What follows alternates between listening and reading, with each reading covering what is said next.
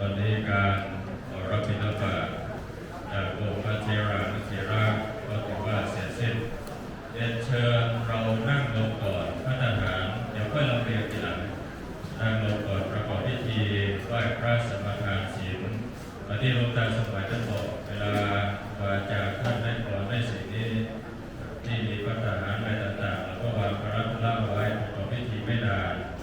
เดี๋ยวสักครู่หนึ่งก็จะได้เจริญพรท่านสุรศักดิ์อักษรคุณผู้ว่าราชการจังหวัดหนองบัวลำพูได้เป็นประธานจุดธูปเทียนบูชาพระรัตนตรัยวันนี้คงได้เวลาสมควรแล้วในการประกอบพิธีได้ขอเจริญพรท่านประธานในพิธีได้จุดธูปเทียนบูชาพระรัตนตรัยตามลำดับทุกท่านพนมมือแล้วก็อยู่ในความสงบ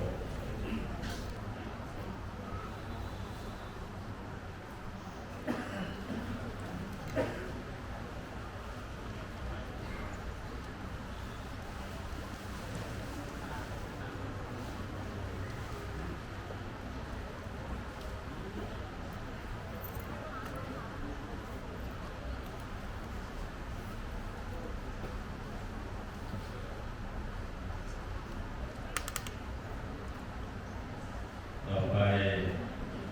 พระสงฆ์พร้อมกัน3 ครั้งกราบกราบกราบเรียนเชิญทุกพ่อพระคณายุวัตรนำมาไหว้พระและก็สมาทานศีลสืบไป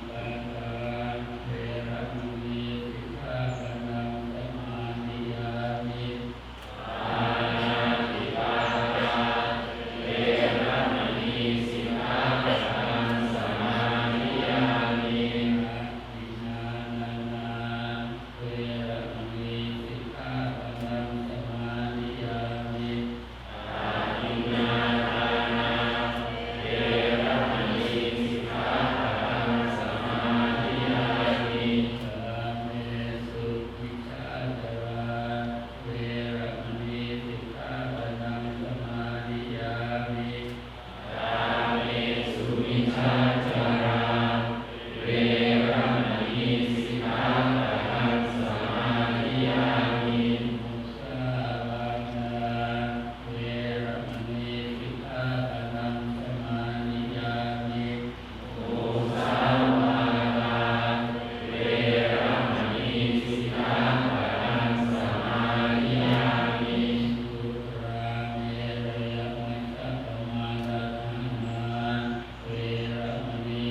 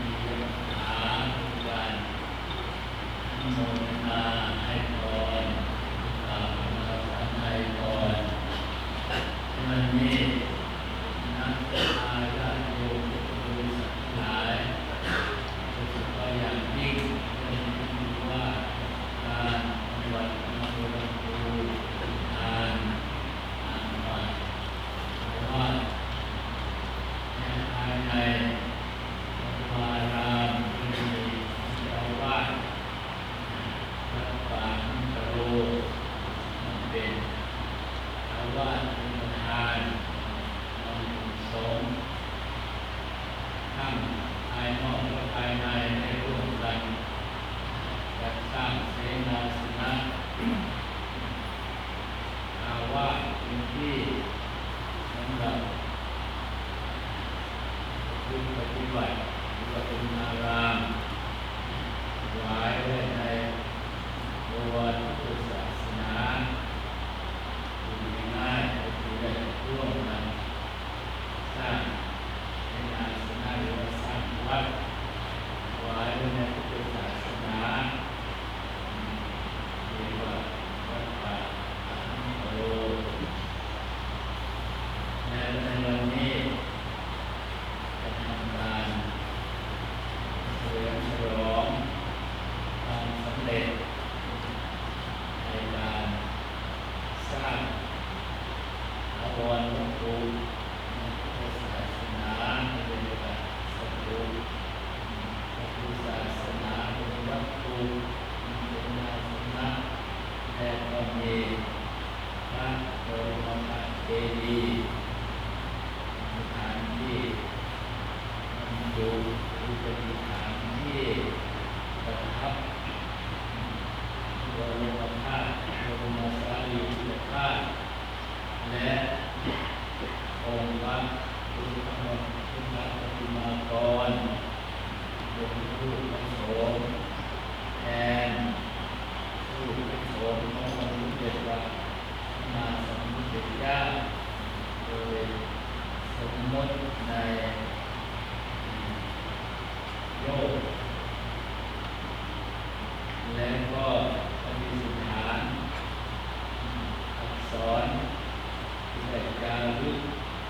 พระธรรมวินัยธรรมเด่นคำสั่งสอนขององค์สมเด็จพระสัมมาสัมพุทธเจ้าและก็มี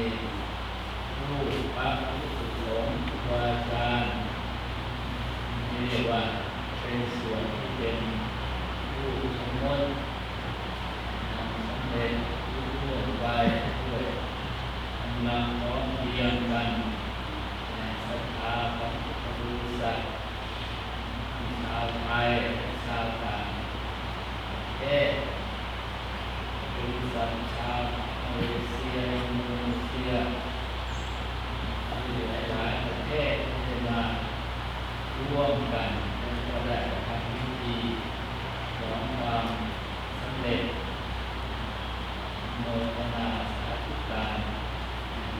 เบื้องต้นเมื่อวันที่1 มีนาคมที่ผ่านมามีการทำพิธีขอโทษหลายอย่างและมีการฟังพระสงฆ์สวดสาธยายทำคำสั่งสอนขององค์สมเด็จพระสัมมาสัมพุทธเจ้าที่เรียกว่าจะเชิญพระมนต์ญาติโยมก็ได้กับบริษัทหลายได้ถวายทานวัตถุทานปัจจัยสี่แล้วก็ยังมีการได้แสดงรับฟังพระธรรมเทศนาทำเป็นกิริยาที่ปฏิบัติเจริญภาวนาด้วยการฟังธรรมะไปพร้อมๆกันสำเร็จรุ่งเรืองไปวันนี้เป็นวันที่2 มีนาคมพุทธศักราช2568เป็นวันถวายพระบาทในสมโภชสุดท้ายก็ได้ร่วมกันทำบุญใส่บาตรถวายทานสายที่หลวงตาเดินรับบิณฑบาตก็ประทานศีลให้ทั้งหมดนับมือสุดท้ายญาติโยมที่ใส่ลงในท่านได้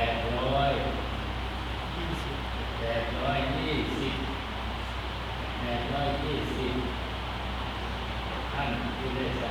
แต่ว่าท่านนอกจากนั้นยังมีดีรวมทั้งหมดก็คงจะเป็นพันนะวันนี้ที่เราดูสายตานี่แหละการทำและก็ได้ร่วมกันถวายอาหารทานหลายไตรจีวรข้าวปลาข้าววังสุกุลเสร็จสิ้นจากนี้ไปตั้งใจอนุโมทนาสาธุการด้วยการรับคำกล่าวเป็นมง นส่งเสริมคือพวกเราเป็นผู้มีศรัทธาความเชื่อความเลื่อมใสหรือที่ยังไม่เชื่อด้วยการกระทำของตนเองตามที่ว่ามีจิตน้อมมาในพุทโธธัมโมสังโฆเอาถึงคุณพระพุทธเจ้าธรรมประสงค์การกระทำอันใดทุกสิ่งทุกอย่างโดยเฉพาะอย่างยิ่งบรมศาสดาสัมมาสัมพุทธเจ้าของพวกเราพระองค์สร้างบารมีเพื่อความเป็นผู้นำเรียกว่าเป็นนาถะเป็นผู้นำของหมู่โลกหมู่สัตว์โลกทั้งหลายทั้งปวงพวกเราทั้งหลายนี่อยู่ในสมมุติแห่งความว่าเป็นสัตว์โลกที่เป็นบริษัทในพุทธศาสนานี่มีบริษัทอยู่4บริษัทวาสวาสุกาสกายาโยมนี่เป็นบริษัทหนึ่งเรียกว่าวาสวาสุกาบริษัท4แล้วก็มีภิกษุภิกษุณีวาสวาสุกามีบริษัททุกวันนี้หมดภิกษุณีที่สืบทอดมาจากองค์สมเด็จพระสัมมาสัมพุทธเจ้ามีสามเณรสามเณรีภิกษุณีมีที่สมมติกันขึ้นมาแต่ยังไงก็ตามประสบการณ์สู่ภิกษุณีสามเณรสามเณรีก็คือเป็นผู้มีต้นทุนแห่งความเป็นพุทธะความเป็นพุทธศาสนาที่จะทำให้แจ้งสว่างกระจ่างในดวงจิตดวงใจเรื่องจิตดวงเรียกว่าผู้ที่มีจิตใจทั้งหมดเนี่ยเป็นดวงใจเป็นดวงพุทธะแปลว่าผู้รู้ความรู้มีใจแล้วเป็นใหญ่ในการรู้ในตัวของเรามีกายกับใจทุกท่านทุกคนสัตว์เดรัจฉานสัตว์น้ำสัตว์ตาที่จิตใจมีสมาธิเข้าไปสัมผัสยุทธให้เกิดการมีความกรรมวิบากกรรมของตนเองย่อมมีรูปต่างกันนี่พวกเรานี่เป็นผู้มีรูปอันประเสริฐเรียกว่าสมบัติอันประเสริฐคือรูปแห่งความเป็นมนุษยชาติถึงแม้จะเป็นคนชาติไหนก็ตามก็ถือว่ามีรูปกายสมบูรณ์และก็มีดวงจิตดวงใจดวงรู้เนี่ยเกิดขึ้นมาจากธรรมะนิติธรรมชาติความรู้มันมีแล้วก็มีดวงรู้ใจเป็นใหญ่ในความรู้อาศัยอยู่กับกาย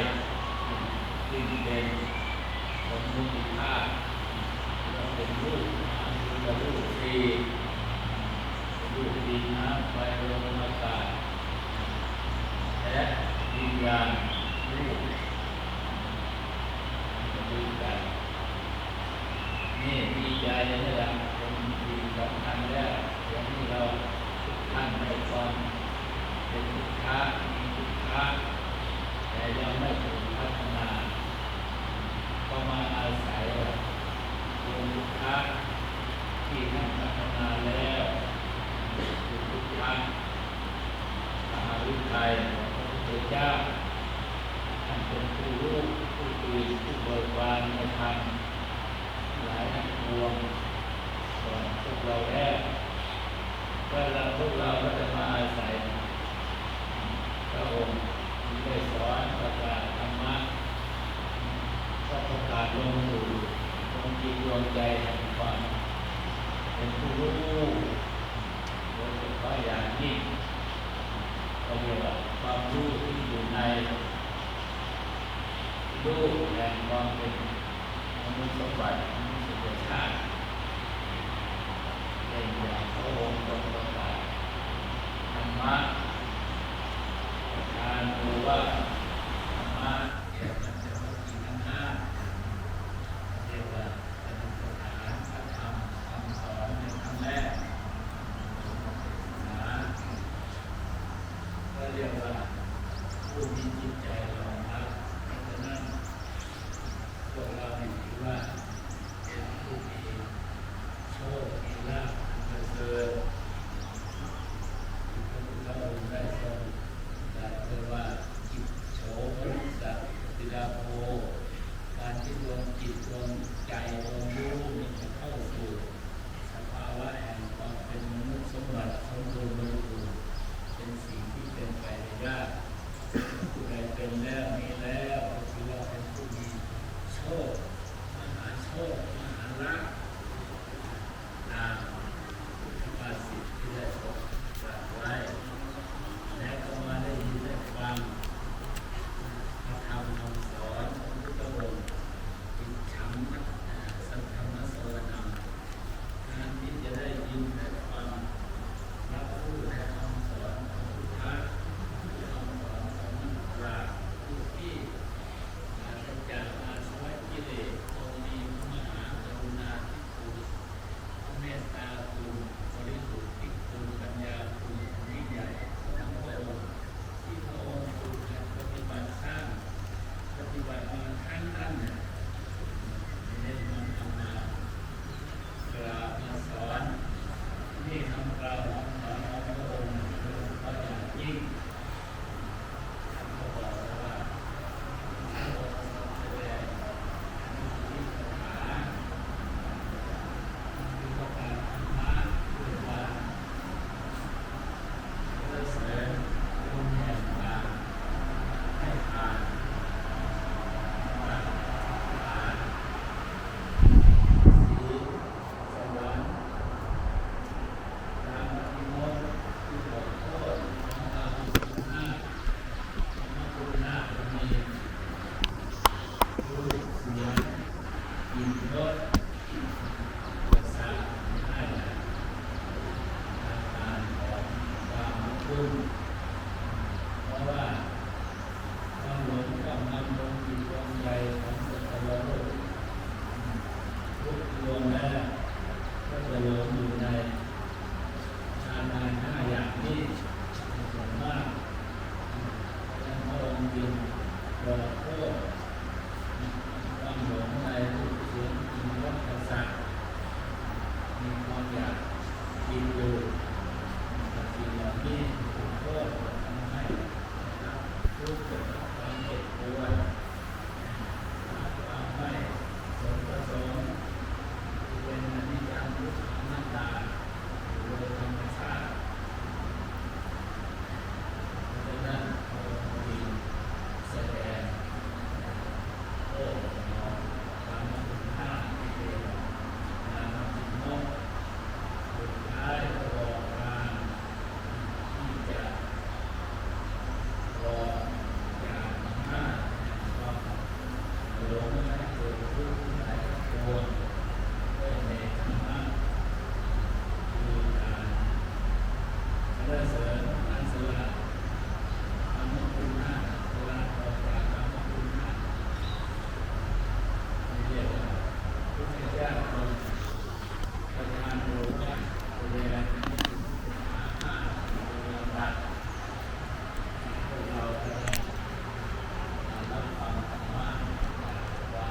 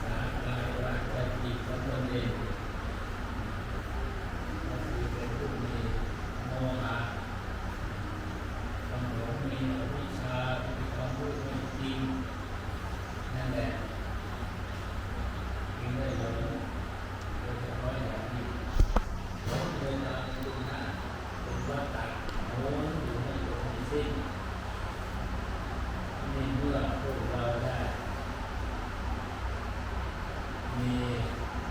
จิตมีใจให้เกิดศรัทธามีความเชื่อความเลื่อมใสในพระพุทธเจ้าเป็นผู้เป็นพุทธะเบื้องต้นและก็ได้แสดงข้อปฏิบัติโดยเฉพาะอย่างยิ่งปฏิบัติพระองค์ก็สอนให้มีสติมีความอดทนให้มีความเชื่อมั่นในตนเองเชื่อมั่นในการกระทำที่ว่าให้เชื่อให้บุคคลผู้กระทำประสงค์คือให้เชื่อในตนเองทุกการกระทำเช่นพระองค์สอนว่าให้ละการกระทำบาปที่ไม่ดีทางกายวาจาใจเรียกว่ากรรม3 ทางมาจากใจเป็นต้นมาจากใจธรรมชาติที่รู้นั่นแหละเป็นเหตุเพราะฉะนั้นจึงว่าถ้าจะรู้ว่าตัวของคนเราวิทยาศาสตร์ของคนเรามีอะไรเป็นหน้านอกข้อมูลก็คือมีใจนี่แหละเป็นรากเน่าแทนความเป็นมนุษย์ชาติต้นไม้ใหญ่ๆที่แข็งแกร่งเขามีรากแก้วรากหนึ่งลึกเป็นฐานของต้นไม้ที่จะงอกขึ้นมามีลำต้นมีกิ่งก้านของฐานมีตัวคนเรามันคือจะชาติแต่ละท่านแต่ละคนที่มีความรู้อยู่ในตัวนี้ถ้าคนตายแล้วมันหมดสิ้นร่างกายไม่ทิ้งไว้อย่างไรไม่มีดวงรู้ไม่มีความรู้นั่นคือว่าใจเป็นใหญ่ในกายใจเป็นใหญ่ในกายใจเป็นคนของร่างกายและแต่กล่าวคำวาจาก็เพราะมีใจถ้ารู้นี่แหละมาฝึกที่ได้ใจดีสอนฝึกอบรมให้มีคุณธรรมสมบูรณ์บริบูรณ์ด้วยสติสมาธิและปัญญาให้เกิดขึ้นภายในดวงใจก็ฝึกอย่างใจนี่แหละคำว่าศีลหรือสติสมาธิความตั้งมั่นของใจปัญญาความรอบรู้ของใจก็เกิดอยู่กับใจต้องฝึกให้เกิดให้มีขึ้นจากใจเราทำงานก็ได้มาฝึกว่าปฏิบัติแล้วมาทำทานฝึกให้ทานว่าทานให้ทานให้ทานว่าไม่มีเนื้อทานไม่เห็นคุณค่าก็ไม่สามารถทำได้เราได้พูดถึงทานคือเมตตาศีลความสังวรความสำรวมไม่ให้วาจาของเราพูดคำที่เป็นประโยชน์พูดไปแล้วจะเกิดโทษมันแค่เสียอย่าพูดจิตใจเป็นแบบในการนึกการคิดได้ทั้งเรื่องดีเรื่องไม่ดีเรื่องได้เรื่องเสียเลยคิดนึกได้ทั้งนั้นก็มีสติปัญญาครอบคลุมให้นึกคิดแต่เรื่องแต่อารมณ์ที่นึกคิดไปแล้วเกิดประโยชน์สุขเกิดความสุขในจิตดวงใจของเราเองแต่เป็นเพื่อเป็นจิตดวงใจของดวงอื่นด้วยนี่คือว่ารักษาศีลมีสติสังวรรวมระวังรักษาความคิดรักษาคำพูดรักษากายมือ2 มือเท้า2 เท้า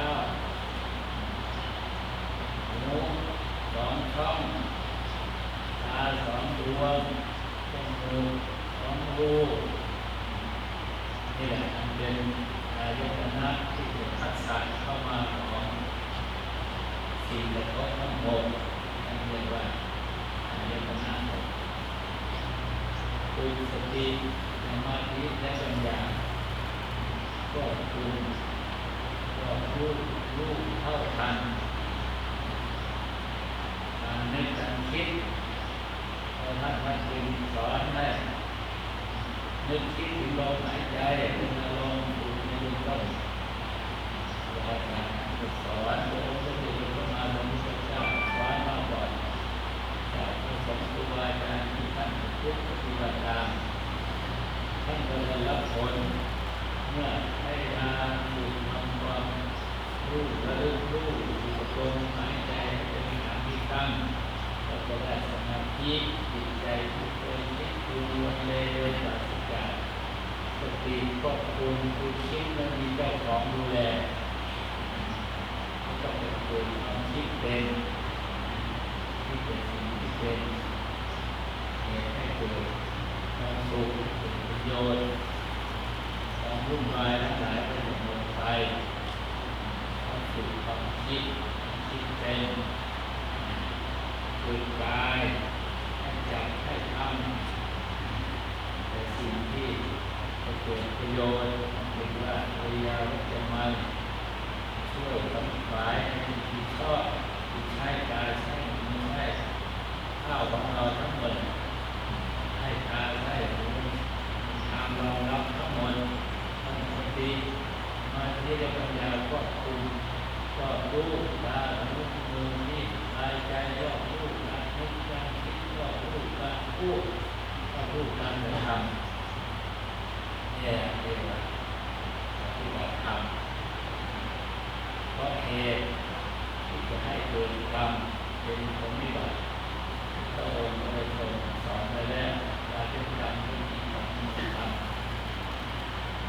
เพราะนั้นการให้ทานการปฏิบัติเพื่อกำจัดตามจะมีเงินแน่ความโลภโลเลทั้งหลายทั้งปวงนั่นแหละแต่ว่าจะเป็นทางบริสุทธิ์ต้องเป็นเมตตาจิตเมตตาใจเกิดขึ้นที่ใจแต่รวมเรียกว่าเมตตาสัมมาชีวะสัมมาสัมมาตาสัจจะสัมมาสติรวมอยู่ในเรื่องของศีลสมาธิปัญญาทั้งหมดรวมแล้วการทำบุญทำทานปฏิบัติทำตามคำสอนขององค์สมเด็จพระสัมมาสัมพุทธเจ้าต้องประกอบด้วยกายวาจาใจแล้วต้องนำอุบายธรรมะมาปฏิบัติตามที่เป็นผู้มีสติสัมปชัญญะเมื่อต่อการเคลื่อนไหวมีสติปัญญาต่อการเคลื่อนไหวของจิตใจมีปัญญาต่อการเคลื่อนไหวของวาจาของกายเมื่อฝึกควบคุมการเคลื่อนไหวของจิตใจได้แล้วทางกายทางวาจาก็ไม่มีปัญหาเพราะต้นเหตุคือข้อใหญ่ใจความคือเรื่องของใจเพราะฉะนั้นพุทธศาสนานี้เป็นเรื่องของใจเป็นต้นเหตุเป็นพระพุทธเจ้าจึงสอนให้รักษาใจภาวนาดูใจดูใจให้ปัญญาให้เกิดรอบรู้ดูที่ต้นเหตุดูใจในวันนี้ได้มาร่วมกันทานสายศีลเรียนเมตตากรุณาฝึกสติสัมปชัญญะฝึกปัญญาฝึกการได้ยินได้ฟังแล้วน้อมนำไปคิดไป วิจัยวิจารณ์มีพิจารณาให้เป็นสุตตะมยปัญญาจิตตะมยปัญญาภาวนามยปัญญาปัญญาด้วยการมีการฟังความรู้ขึ้นมาการเห็นแล้วก็ผู้บริจาคให้ความเหตุผลเรียกว่าภาวนาภาวนาโดยรวมว่าใครเราเนี่ยถูกต้องสติสมาธิและปัญญาอยู่บ่อยๆศีลสมาธิปัญญาเป็นทางดำเนินเป็นอุปกรณ์หาว่าเราจะทำถนนทางหรือเป็นเครื่องมืออะไรที่จะสำเร็จเป็นทางที่จะใช้ประโยชน์ได้ที่เราสร้างทางไปสวรรค์ไปนิพพานเพื่อทำที่สุดแห่งทุกข์โดยชอบ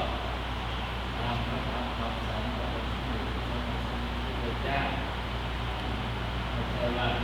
จะทำให้คนทุกข์แค่ชั่ววันชั่วคืนชั่วความอยากมันเกิดขึ้นทุกข์และเราจะไปแสวงหาสิ่งที่เกิดความอยากนั้นมาสนองเพื่อให้ทุกข์นั้นจบไปเป็นไปไม่ได้เพราะฉะนั้นต้องปฏิบัติตามคำสอนของพระพุทธเจ้าผู้สรรเสริญผู้สอนให้เจริญเมตตาภาวนาฝึกสติสมาธิและปัญญาโดยชอบจึงจะเกิดญาณสัมปยุตคือความรู้และความเห็นตามความเป็นจริงนั่นทุกทั้งหลายทั้งปวงจึงจะสิ้นสุดจากดวงจิตดวงใจของเราได้ในที่สุดเหตุนี้ได้กล่าวปรารภกับโมทมีคาถาแสดงความยินดีในการประพฤติปฏิบัติเจริญศีลสมาธิปัญญาทานรักษาศีลเจริญเมตตาภาวนาทำความดีความชอบตามระบอบแห่งคำสอนขององค์พระปราชญ์ที่พระบรมศาสดาพุทธเจ้าเพียงขออนุโมทนาในสังเกตนาศรัทธาของสาธุชนทั้งหลาย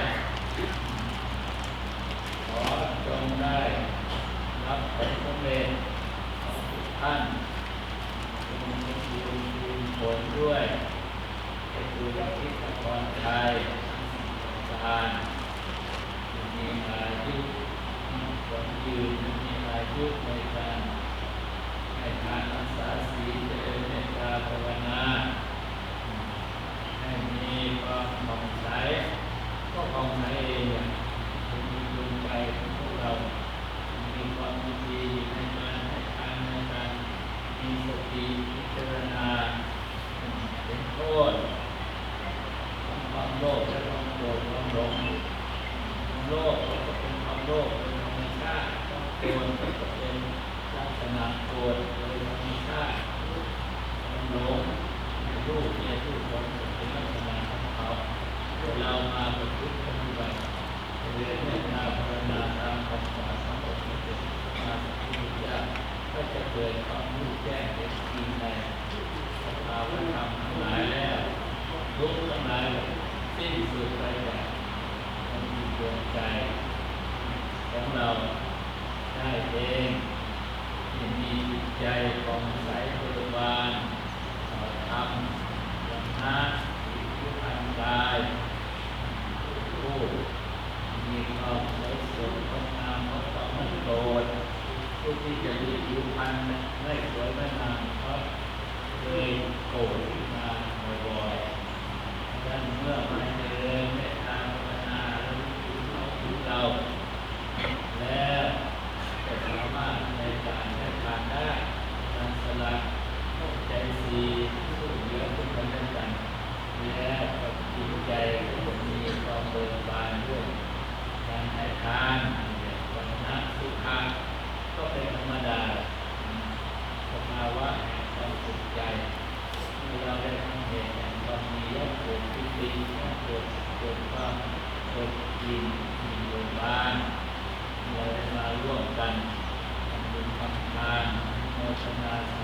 การ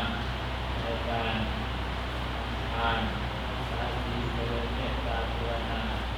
ในวันนี้ก็มีความปวดที่สุดๆและมีความสุขมาสุขใจสุขขังพลังมีกำลังกายกำลังใจศรัทธามุ่งมั่นในการที่จะต่อสู้กับความรุ่มหลงที่จะมุ่งเข้ามาในดวงใจของเรามีกำลังศรัทธาสันติวิริยะสติสมาธิปัญญาเพื่อถอนความโลภโกรธหลงที่มันเป็นข้าศึกในดวงใจของเรารวมแล้วว่าให้มีความสมบูรณ์ผลด้วยอายุวันนะสุขาภละอิทานและธรรมสารสมบัติจงทุกประการหาสิ่งใดเป็นประโยชน์ชอบก็ขอด้วยครั้งแรกต้องเป็นคนสมเด็จจงเป็นคนสมเด็จในที่ที่สถานในการถึงเมื่อตรงทุกท่านทุกคนเดินสาธุแก่นามวิยาหาบาริยาลาบาริปุเรติสากลังเอวะเมวะอิโตลินังเวทนังอุปปัปปติอิสิตังปฏิตังตุนังอิปะเรวะสมิสตุสัพเพปุเรนตุสังกปปายันโตปนรโส